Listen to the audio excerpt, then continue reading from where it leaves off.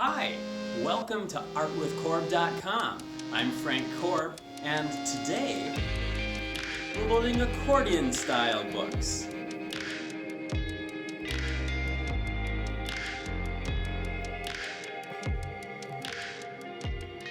Today what we're going to be doing is we are going to be building covers for an accordion style book. I have my artwork set, and what I'm going to start by doing is measuring out the size of my page for my cover. So I'm going to cover my book with some nice paper that's slightly bigger than the cover I've already cut. So to start with, I took a piece of cardboard. In this case, this is a nice piece of recycled mat board, and I cut it about the same width as the print, left to right, a little tiny bit, maybe 1/8 of an inch bigger on one side, and then height-wise, it's about 1/8 of an inch taller than the pieces of paper for my pages. So if my print is 7 inches wide, my cover is about 7 1/8 inches wide. My prints are 9 inches tall, so my book cover is 9 1/4. So it's about 1/8 of an inch taller on top and bottom, and 1/8 of an inch wider on just one side. And that's going to come into how we build the accordion book. After I've got my cover cut, and I'm using tools like an X-Acto knife with a cutting mat, and I like to use metal rulers. If you don't have that kind of stuff, that's okay. Do your best with the scissors or any other sharp cutting device that you've got. However you get there is fine. Now I've already cut the corners on this, and actually in retrospect I would have liked to have done this a little bit differently. But what I did was I took my nice piece of paper and a pretty standard grade school ruler, and I measured in the width of the ruler on the left, and then the same on the right.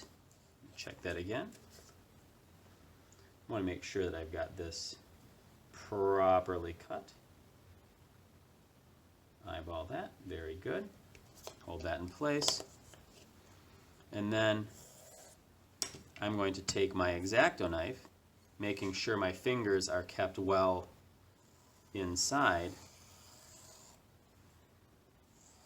I'm going to cut that off. Now I've got a lot of tools here in my studio. You may not have the same tools in your studio, so you just use what you've got, and that's fine. My paper happens to be the same, it's perfect height for this project. So for the top and the bottom of my book binding, I'm going to, and this is what I wish I would have done with my first piece, I'm going to cut this straight here and straight here. I haven't glued this in place yet. I'm also going to cut it straight on the left side, so a straight line up and a straight line down. But then on the side panels, I'm going to cut it at an angle. Oh, I always struggle with this. We'll do the bottom first. I'm going to do the top first. Oh, and I can't with that ruler. Ah, curses you! Okay, here we go. I'm going to use my triangle to draw in my diagonal there. Remember, nothing's glued in place yet. And then my angle here. I'll do the same thing on this side. Come on. I always struggle with this. There we go. I'm using the edge of the binding, or the cover rather. It's always fun to watch a science experiment go wrong. Even more fun to watch an art project go wrong. So I'm getting my angles cut. And actually what I ought to have done first was glue this book cover in place, and I'll do that very quickly next. So I get this cut, get this line drawn in. Oops. Try this again. There we go. There we go. So I've got that. I'm just using standard glue. I would like to have something a little bit easier to use, something like a glue stick versus my tube of glue. And the reason the tube of glue isn't the best is because we can sometimes see these little bits of glue lines. So I'm going to solve that problem by spreading my glue thin using an extra piece of cardstock, cardboard, something like that. So I've got my glue laid out here.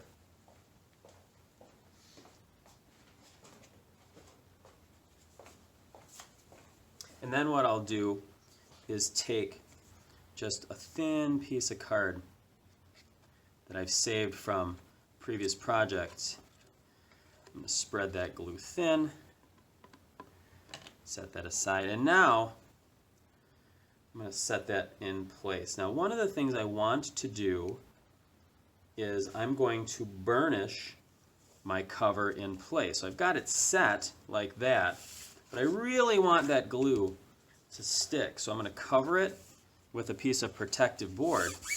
And I have a Baron. This is a printmaking tool, and a scratch piece of paper. One can use a wooden spoon or a rolling pin, something that's going to give you a lot of pressure on this. I really want that glue to hold tight. So all I'm doing right now is the cover. I'm not even talking about the inside pages yet. So I've got this cut, and now what I'm going to do is I'm going to use my X-Acto knife, and I'm going to use my triangle to cut this in. The reason I'm using my triangle is because my metal ruler is just a little too big for this task. I set my blade down on the line. I'll bump my T-square, or my triangle into that, and then I'll line that up. And once, twice. I'm always pulling down and towards myself with this. Same thing here. Set my X-Acto knife blade down, line up my triangle, once, twice.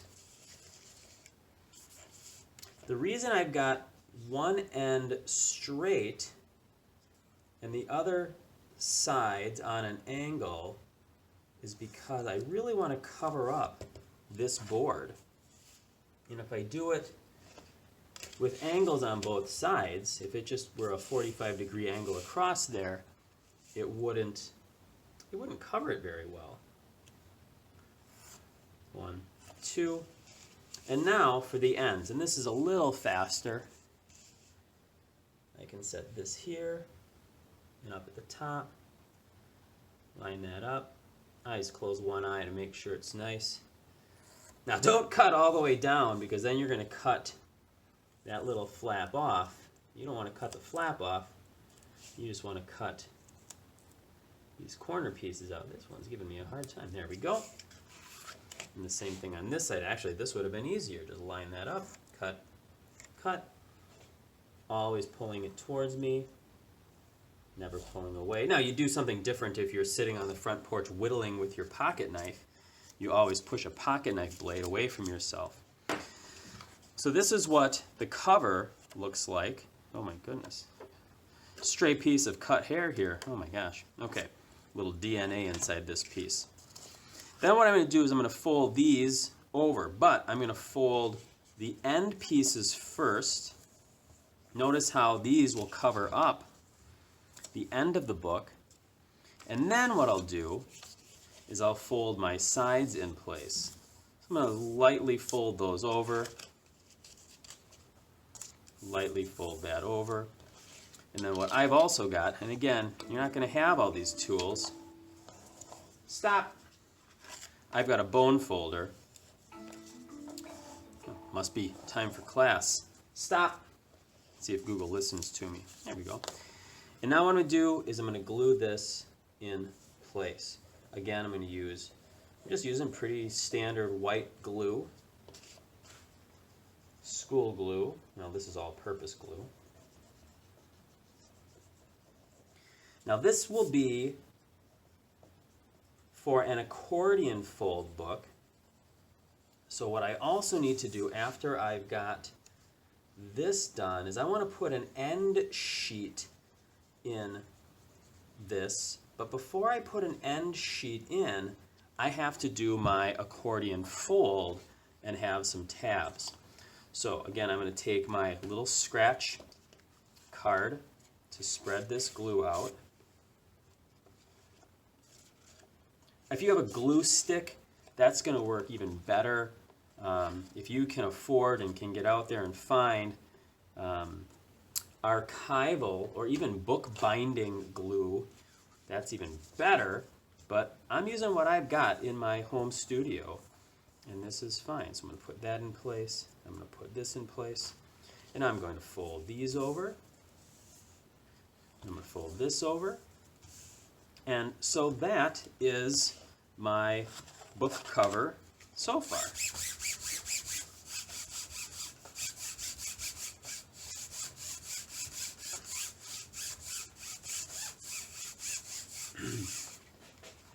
And then I'll put this under some weight to let it dry for a little bit. The next step is going to be the accordion pages, but we're not there yet. As we move forward, what we want to do with an accordion book, and that's what we're building today, is I want to make my pages accordion style. So in this case, I glued the pages together because these are blank pages, and I have 1, 2, 3, 4 pages, so that's an even number, and I have 2 slits that are going to go into the binding. Now this is a different kind of book cover that I've built. For this particular one, this is actually some paper that's been cut and folded onto itself to make a book cover, which is a lovely way to go.